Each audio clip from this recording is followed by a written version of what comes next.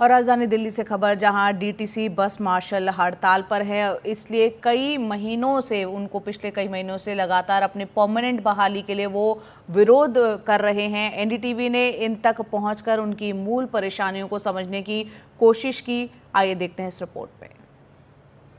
31 अक्टूबर 2023 से जब एक सरकार के छोटे से नोटिफिकेशन से हम लोगों को नौकरी से बाहर कर दिया। घर से 6:30 बजे घर से निकलती हूँ इस टाइम पे झाड़ू पोछा करने के लिए, अपने बच्चों को पालने के लिए।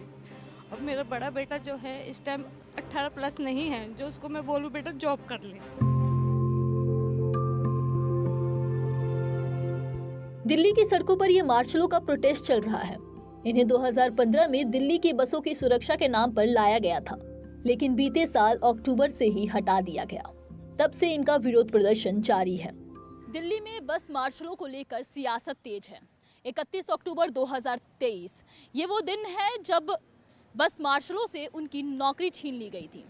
तब से लेकर आज तक ये वही इलाका है जहां ये बैठकर पिछले कई महीनों से सरकार से गुहार लगा रहे हैं कि इनको इनकी नौकरी फिर से वापस मिल जाए।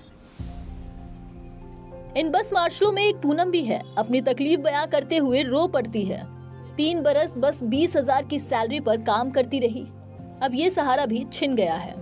सरकार से बस ये हमारी हाथ जोड़ के विनती है, एलजी साहब हमारा रोजगार हमें वापस कर दीजिए और हमें और कुछ भी नहीं चाहिए। ये पूनम का नहीं, उन 10,000 मार्शलों का दर्द है जिन्हें नौकरी से निकाला गया है। इस मुद्दे को लेकर दिल्ली में सियासत भी चल रही है।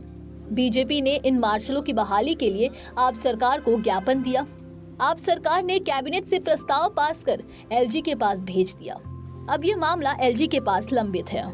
धूप, गर्मी, बरसात सब कुछ हमने सड़कों पे सहा है और 10,792 परिवार इससे प्रभावित हुआ है और उनका घर किस तरीके से चल रहा है। बहुत छोटे छोटे लोग हैं सब, और एक एक घर में हर एक व्यक्ति का आज के डेट में 3 से 4 लाख रुपए कर्जा हो गया है। दिल्ली सचिवालय में एक मीटिंग रखी गई थी सीएम मैडम के साथ, विजेंद्र गुप्ता जी थे उसमें। तो उन्होंने वो वहाँ पे 7 डिमांडें हमारी मार्शलों की लेकर आए थे अपोजिशन की तरफ से, जो मैं आपको बता देता हूँ कि सभी बस मार्शलों को तुरंत नियुक्त किया जाए। दूसरी डिमांड थी, सभी बस मार्शलों को जब से उनको नियुक्त किया है तब से उनके जो लेटर हैं वो उनको लेटर दिए जाएँ जो उनकी नियुक्ति के हैं, परमानेंट लेटर, ठीक है। और उसमें उन्होंने ये मांग भी रखी थी कि इनकी जो सर्विस है उसको परमानेंट किया जाए, इमीडिएट इफेक्ट, और जो जब से ये भर्ती हुए हैं तब तक की जो इनकी सैलरी बनती है वो भी सैलरी दी जाए।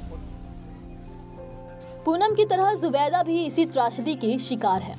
4 लोगों का परिवार एक कमरे में रहता है और यहाँ एक दुकान भी चलती है। दिल्ली सरकार भी राजी है हमें नौकरी देने को, बीजेपी सरकार भी राजी है, एलजी साहब भी राजी हैं। तो जहाँ जो रुक रहा है काम उसको हटा के जल्दी से हमारी नौकरी वापस कर दें। हमें कोई बड़ी डिमांड नहीं हम लोगों की। जैसे हम 20,000 22,000 में अपना खर्चा पूरा कर रहे थे, हम उसमें बहुत खुश थे। ये कहानी केवल जुबैदा की थी। जुबैदा की तरह कई ऐसे बस मार्शल हैं जो अपना गुजारा इसी तरीके के 4 दीवारी के अंदर करते हैं। अगर सरकार तक इनकी आवाज़ पहुंच पा रही है तो इनकी परेशानियों का हल जल्द से जल्द निकाला जाए। इसी के साथ दिल्ली से स्नेहा सिंह, कैमरामैन सुशील राठी के साथ एनडीटीवी।